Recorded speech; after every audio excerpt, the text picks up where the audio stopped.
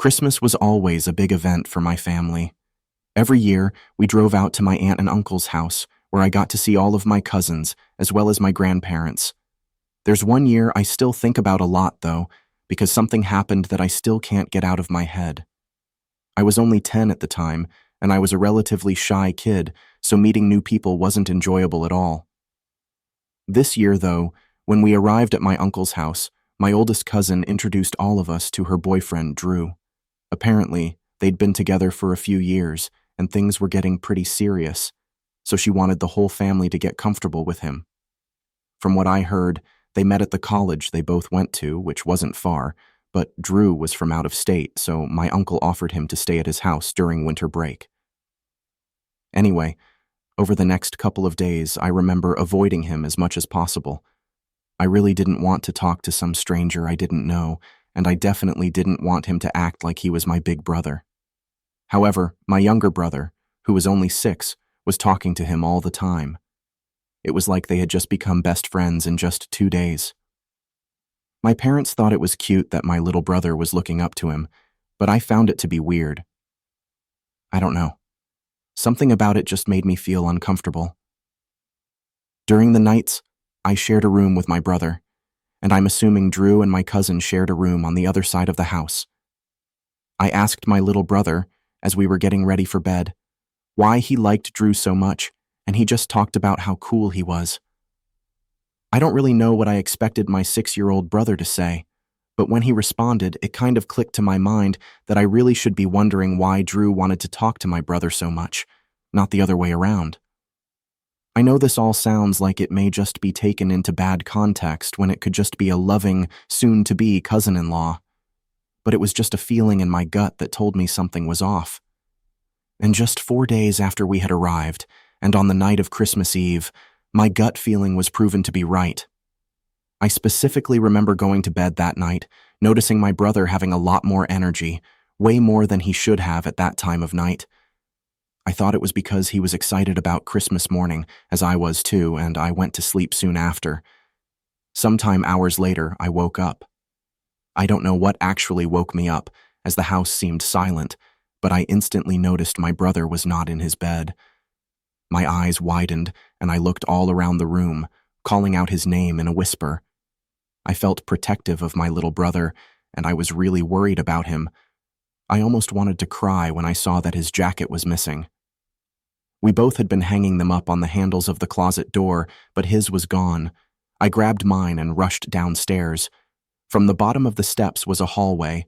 On one side was the front door, and on the other was the back door. Looking at the back door, the screen door was closed, but the actual door was open.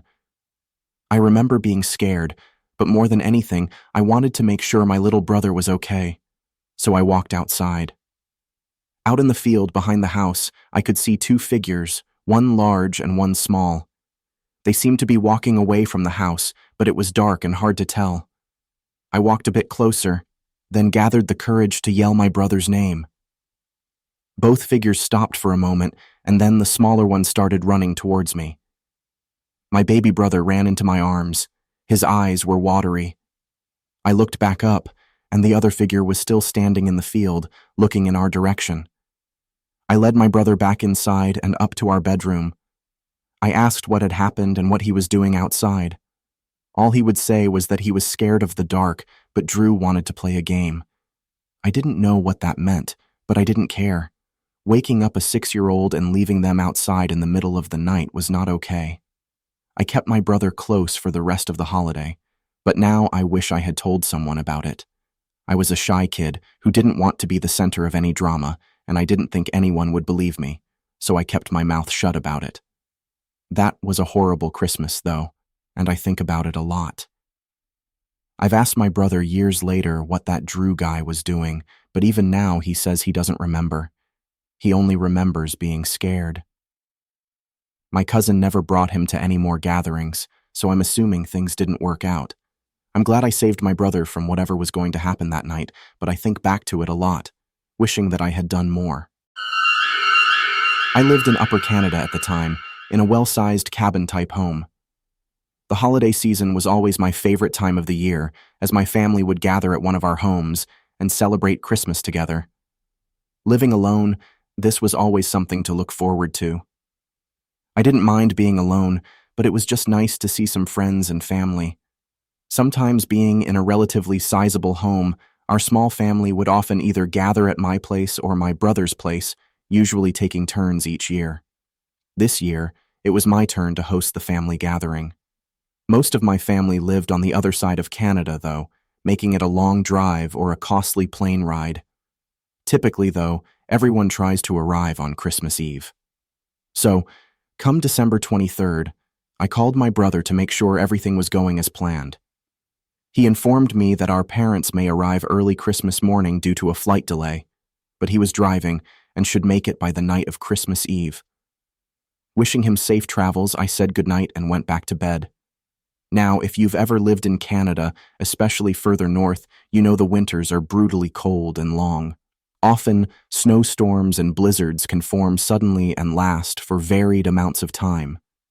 That being said, the next day, heavy snowfall covered the grounds in the morning and was accompanied by rushing winds in the afternoon. I received a call from my brother around 6 p.m., notifying me that he was going to have to stay at a motel for the night due to the snowstorm covering the roads. I agreed that it was the safe decision, though I was a bit upset that I had to spend the day before Christmas alone. But I tried to stay positive, looking forward to Christmas Day with my whole family.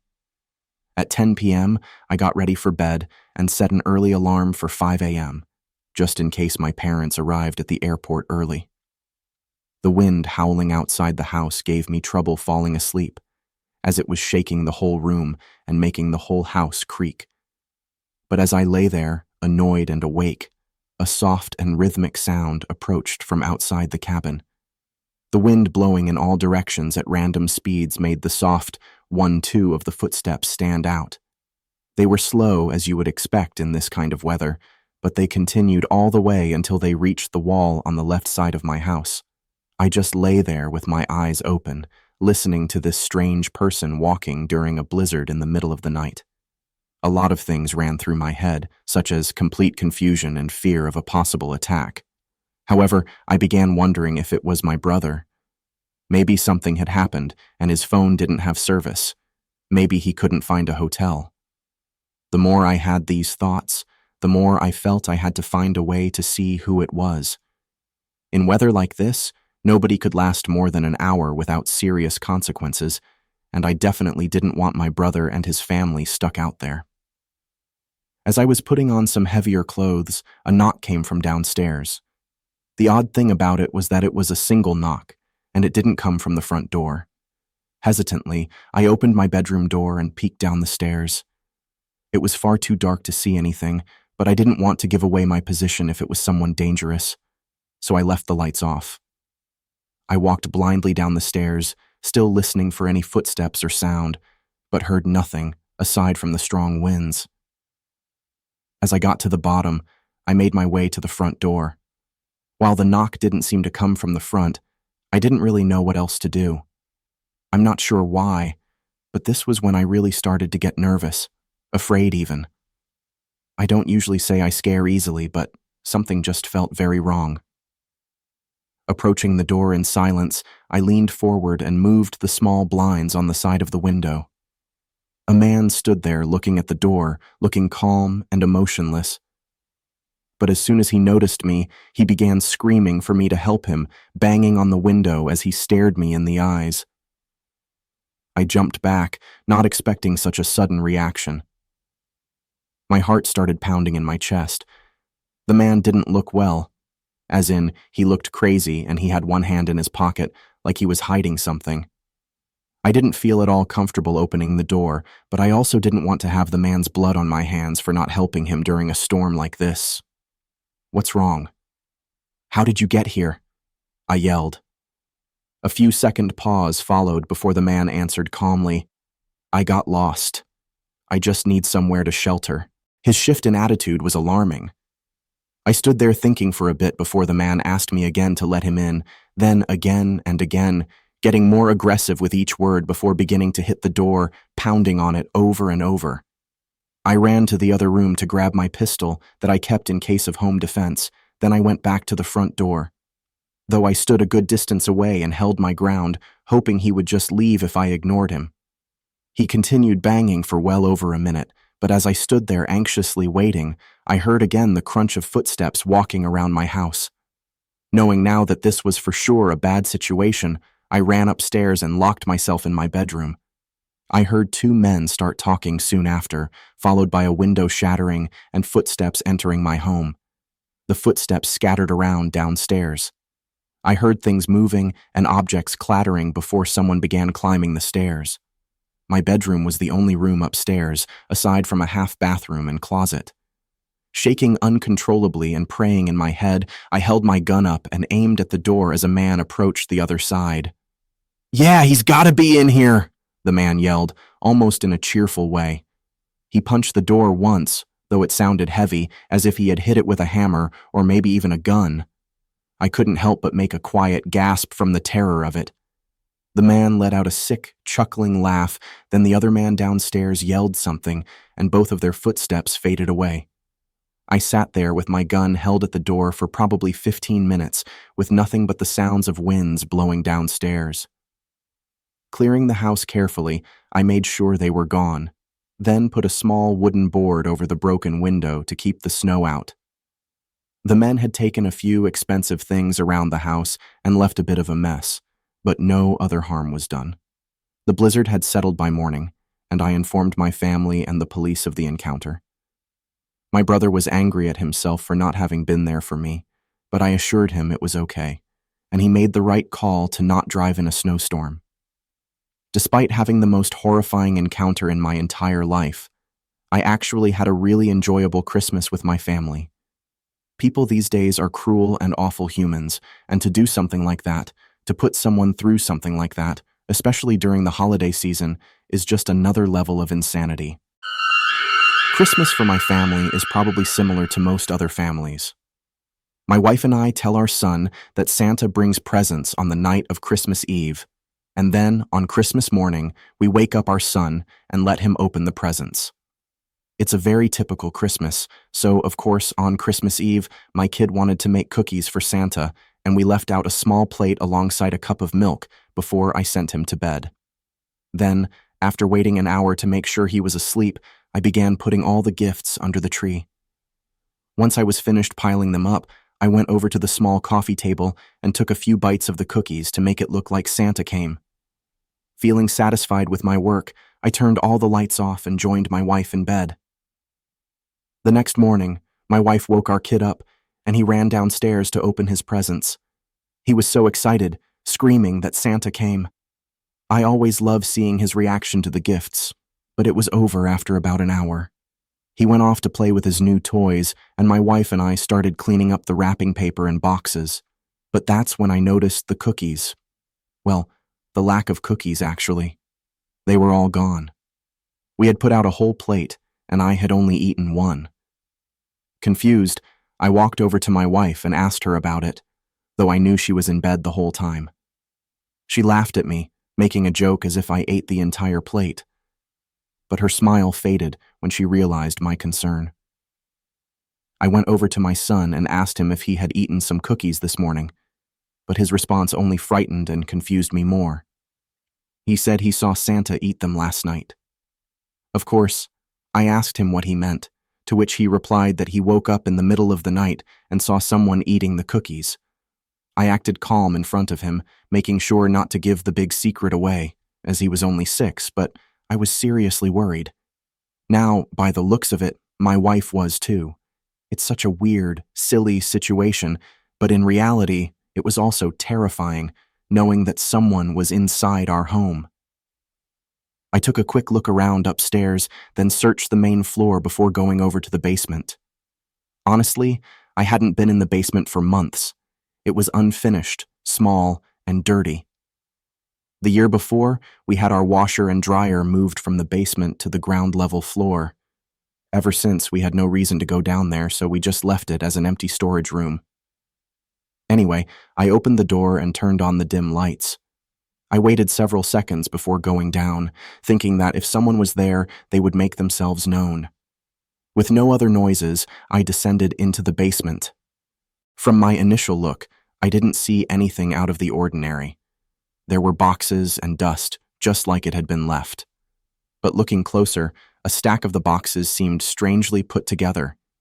It kind of reminded me of when I was a kid and would position boxes to make a fort or a wall. I took a few steps closer before I could hear heavy breathing from behind the wall of boxes. I froze in place, shocked and scared, hoping that whoever was there stayed hidden so I could peacefully go back upstairs and call the police. I was not so lucky, though. A disgusting, scrawny, middle-aged man stood up, looking me directly in the eyes. I was so shocked, I didn't even move. It wasn't until the man quickly began climbing over the boxes that I turned around and sprinted as fast as I could up the stairs. His footsteps were not far behind mine as I pushed through the doorway and slammed the door behind me, seeing a glimpse of the man just a few steps down. I turned the lock and blocked the door with a nearby chair. My wife screamed and panicked at the chaos of the situation. She grabbed her son and ran upstairs while I stood by the door and called the police. It's funny, though, because my first thought while dialing 911 was how bad I felt for having to call someone on Christmas morning. Then again, my family's life was in danger.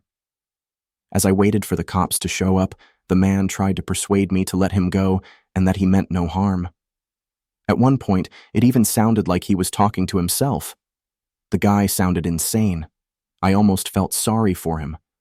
When the officer finally made it, he arrested the man with ease, and I filled out a report. We tried not to let this ruin the rest of Christmas, but it was difficult to get back into the joyful mood.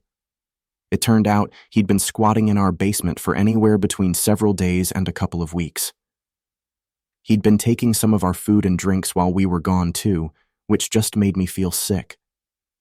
Thinking back, I'd even remembered things missing. Stupid things like the last granola bar being gone, and everyone claiming it wasn't them. These are just normal things that you just chalk up to being anything other than someone living in your house and stealing your food.